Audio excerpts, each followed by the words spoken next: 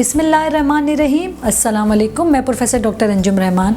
आज मैं आपसे एक टॉपिक डिस्कस करूंगी। बहुत सारी ख़वातीन मेरे पास आती हैं जो कि हामला होती हैं।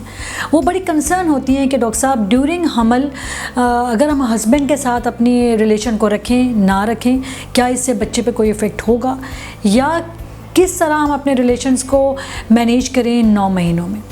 ये सवाल बहुत सारी पेशेंट्स का होता है, इस पे वो बड़ी कंसर्न होती हैं। मैनी टाइम पे बड़ी शाय होती हैं डॉक्टर से पूछने में, मगर डेफिनेटली ये बड़ा इंपॉर्टेंट इशू है जो मैं आपसे डिस्कस करना चाह रही हूँ।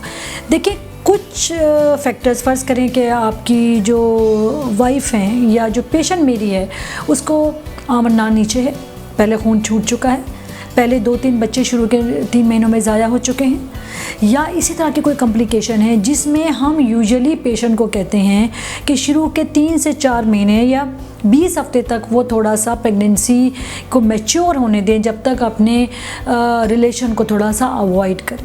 दैट इज़ कोई रिस्क फैक्टर है। पहले कोई औरत है उसके 3-4-5 बच्चे ज़ाया हो चुके हैं, या 7 महीने टाइम से पहले बच्चे हो गए, प्रेसिपिटेट लेबर हो गया, ऐसी कुछ कंडीशंस हैं। जैसे मैंने आपको बताया, आपने अल्ट्रासाउंड करवाया, शुरू में पता चला आमदनी, इसके साथ आपका स्पेशली ब्लीडिंग हो चुकी हो, पहले आपके बहुत सारे अबॉर्शंस हो चुके हों, टाइम से पहले बच्चे हो चुके हों, ये सर्टेन रिस्क फैक्टर होते हैं।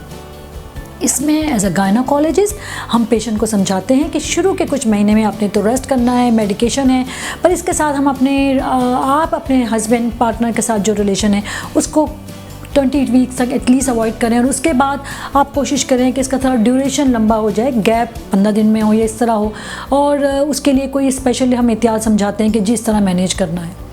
अदरवाइज़ प्रेगनेंसी हमारी ज़िंदगी का एक खूबसूरत चेंज है।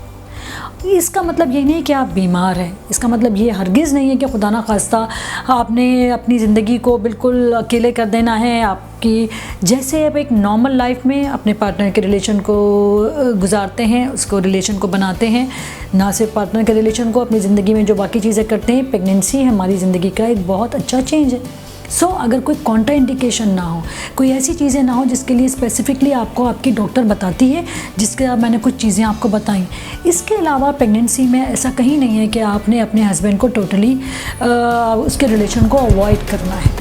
हाँ, ज़रूरी है कि शुरू के कुछ महीनों में उसके थोड़ा ड्यूरेशन बढ़ा दें, मसला कि अगर वीकली है तो आप 15 डेज़ पे कर लें, और उसके बाद नियरली टर्म में 2 फेज़ होते हैं, बिल्कुल शुरू में और बिल्कुल टर्म के पास।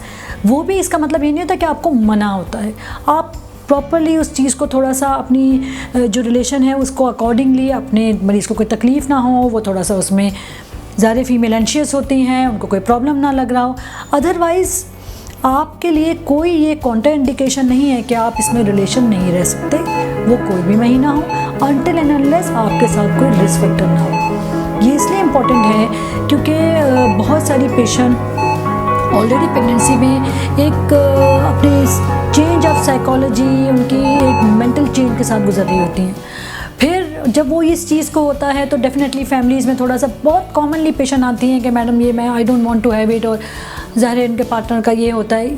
इसमें हम पेशेंट को समझाते हैं, हम थोड़ा सा बताते हैं कि ठीक है, आप अपने आप को, अपने रिलेशन को किस तरह मैनेज करें, कितने ड्यूरेशन पे करें, क्या किस तरह रिलेशन को रखने में आपके लिए ज़्यादा तकलीफ़ नहीं होगी, आपके लिए कोई नुकसान देने, एक्सेप्ट वो कंडीशन जिनमें हम समझाते हैं कि आपने अपने हस्बैंड को अवॉइड करना है।